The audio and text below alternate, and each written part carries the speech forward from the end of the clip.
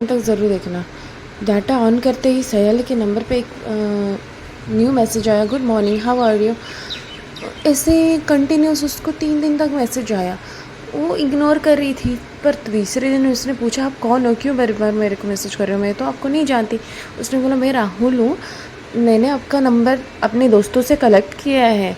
आपकी आवाज़ सुन के, आपका गाना बहुत अच्छा गाना गाते हैं, मैं भी गाना गाता हूँ, मैं आपके गाँव का ही हूँ, कभी मौका मिले तो आप मेरे साथ ज़रूर गाना गाना। ऐसे ही बातचीत करते हुए उनके बीच दोस्ती बढ़ी। दोस्ती से वो लोग हमेशा डेली बात करते थे। पर एक दिन अचानक राहुल को सपना आया कि सयाली की शादी हो रही है। तो वो मतलब चौंक गया, अंदर से डर गया। तो उसने क्या किया, फ़ोन किया रात आधे को सयाली को। उसने बोला कि अभी मैं बात करता हूँ सयाली से। तो फिर सहेली ने फ़ोन उठाया, बोला, इतनी रात को क्यों फ़ोन किया, क्या हुआ, कुछ अर्जेंट है क्या। उसने बोला, नहीं, गलती से मैं सोए रहा था ना, तो साइड में फ़ोन रखा था, तो शायद गलती से लग गया, मैं सुबह कॉल करता था उनको। तो सुबह जैसे ही हुआ तो उसने बोला, अभी मैं सयाली से दूर नहीं रह सकता, उसको बताना ही पड़ेगा कि मैं उसे प्यार करता हूँ। सयाली मेरे अलावा और किसी की हो जाए, मैं ये बर्दाश्त भी नहीं कर पाऊँगा। तो उसने उसको सुबह कॉल किया और उसको सयाली को पूछा कि तुम जब फ्री होएगी ना, मेरे को कॉल करना, मुझे तुमसे अर्जेंट बात करनी है। तो सयाली ने बोला, ठीक है। पर सयाली के दिमाग में चल रहा था, उसको एक्चुअली क्या हुआ है, कोई प्रॉब्लम है क्या। रात को भी उसने कुछ नहीं बोला, सुबह भी फ़ोन करके पूछ रहा है। कुछ तो बात है, मैं जल्दी जल्दी काम ख़त्म करके उसको कॉल करती हूँ। जैसे ही काम ख़त्म हुआ, उसने सयाली ने राहुल को फ़ोन किया। राहुल ने फ़ोन उठाया और बोला कि मैं तुम्हें कुछ बताना चाहता हूँ, तुम मुझसे गुस्सा मत होना और मेरे से दोस्ती मत तोड़ देना। तो उसने बोला, क्या बात है, बताओ ना राहुल। तो उसने बोला कि मैं तुमसे प्यार करता हूँ। जैसे ही उसने बोला तो सयाली चौंक भी गई और उसने बोला कि मेरे दिमाग में आज तक ऐसा कोई ख्याल नहीं आया, मैं तो तुमको एज ए दोस्त मानती हूँ, एज ए दोस्त की तरह देखती हूँ।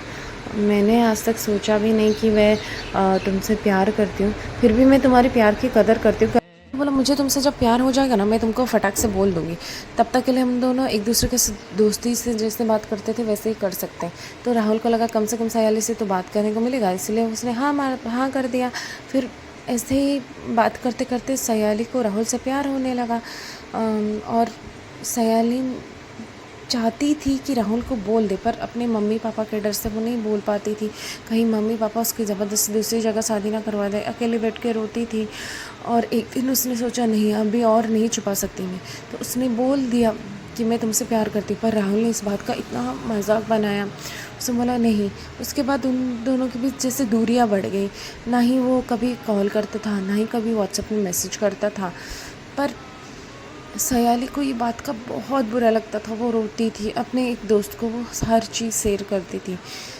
उसी बीच वो दोनों अलग भी हो गए, मतलब अलग शहर में चला गया राहुल और वो उधर आ जाके अपनी नई ज़िंदगी शुरू करने लगा। जब भी सहेली उसको फ़ोन करती थी, वो चिड़चिड़ा हो जाता था, गुस्सा हो जाता था, उस पर चिल्लाता था, बोलता था मुझे फ़ोन मत कर, तुम्हें मुझसे कोई काम है क्या, क्यों बार बार फ़ोन करती हो मुझे। ये बदला हुआ रूप सयाली बर्दाश्त ही नहीं कर पा रही थी। बोल रही थी, जो कल तक बादे कश्मे खा रहा था, मुझसे प्यार करता है, मुझसे इतना प्यार करता है, मेरे बगैर जी नहीं सकता, आज उसको क्या हो गया। कितना झूठ बोलते हैं आजकल इंसान। पर उसको इस बात का भी डर था, कहीं शहर जाके वो बदल ना जाए, किसी और लड़की से प्यार ना करने लगे।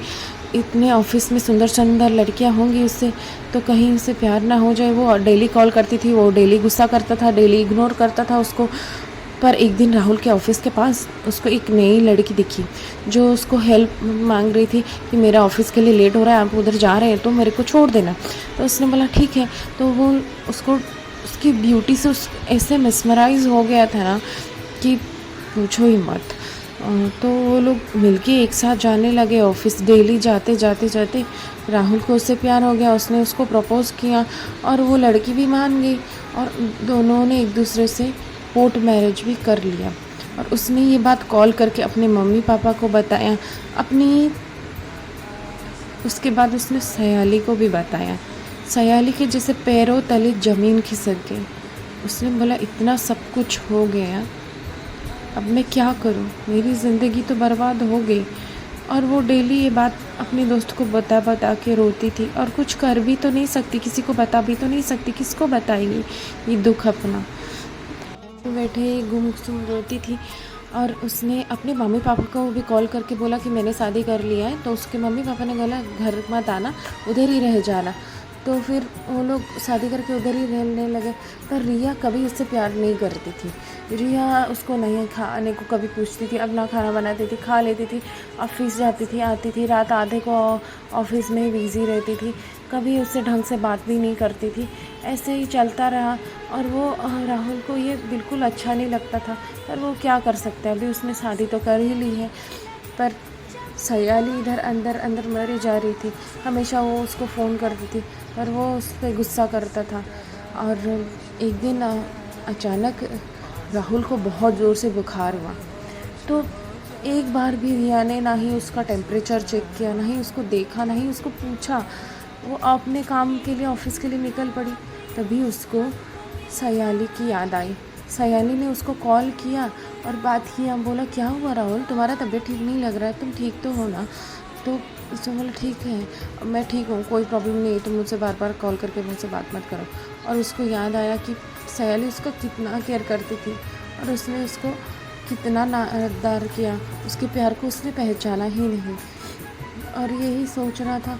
पर सयाली चुप बैठने वालों में से नहीं थी। उसको लग रहा था कि कुछ तो हुआ है बोल के वो फिर उसको मिलने के लिए आ गई उसके शहर में। फिर रात के अंधेरे में वो बस में बैठ के आ गई और आके उसके दोस्त को कॉल किया। उसने बोला मेरे को राहुल के घर के सामने छोड़ दो। उसने बोला ठीक है, तुम जब घर से निकलोगी मेरे को कॉल करना, मैं तुम्हें पिकअप करने के लिए आ जाऊँगी। तो वो घर पे छोड़ के गई। जब उसने नॉक किया तो दरवाज़ा राहुल ने खोला। राहुल ने देख के बोला तुम यहाँ? वो उसको देख के चौंक गया और उसने बोला चलो अंदर आ जाओ। तो उसने आया और देखा कि अरे राहुल को तो बहुत तेज़ बुखार है। उसने उसको पानी पट्टी किया, उसको खाना खिलाया। उसको देख के राहुल को रोना आया। उसने सयाली से माफ़ी भी मांगी। ये सब देख के रिया देख के सबको ताली मारने लगी। क्या यार, बहुत अच्छा प्यार है तुम लोगों का, हाँ है ना? दोनों के मुंह से आवाज़ निकला। उसने बोला रोज़ी, इसने बोला रिया। अरे ये रोज़ी है, तुम गलत सोच रहे हो। इसने बोला नहीं ये रिया है, ये मेरी बीवी है। उसने बोला नहीं ये मेरी दोस्त रोज़ी है। उसने बोला हाँ मैं दोनों ही हूँ। अरे कि दोस्त भी हूँ और तुम्हारी बीवी भी हूँ। पर ये बात गलत है कि तुमने सयाली की भावनाओं की कभी कदर ही नहीं की। तुमने मेरी सुंदरता की कदर की और मुझसे प्यार कर लिया। कभी तुमने सोचा कि मेरे दिल में तुम्हारे लिए प्यार है कि नहीं? पर सयाली जो तुम्हारे प्यार करती थी, तुम्हारे लिए प्यार का इजहार नहीं कर पाई, उसके तुम्हारे पर कोई कदर नहीं था।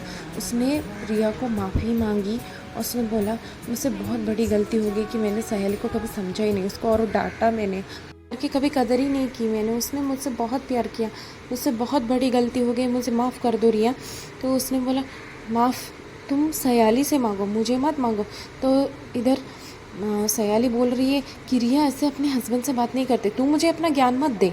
वो कोई मेरा हस्बैंड वस्बैंड नहीं है, मैंने कोई सिंदूर नहीं पहना है उसके नाम का, ना ही हमारी कोई शादी हुई है। उसने कोर्ट का पेपर का कागज़ फाड़ दिया। अभी तो मान जाओ ना यार, दोनों शादी कर लो।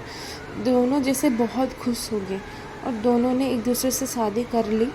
और सयाली ने कैसे तैसे अपने पापा मम्मी को मना लिया। कुछ दिनों बाद राहुल के पापा मम्मी भी मान गए। यदि आप सयाली की जगह होते तो क्या राहुल को माफ़ कर पाते? कमेंट सेक्शन में ज़रूर बताना। मैं होती तो मैं कभी उसको माफ़ नहीं करती, ना ही उसकी कभी शक्ल भी देखती, उसको ज़िंदगी भर रोने देती।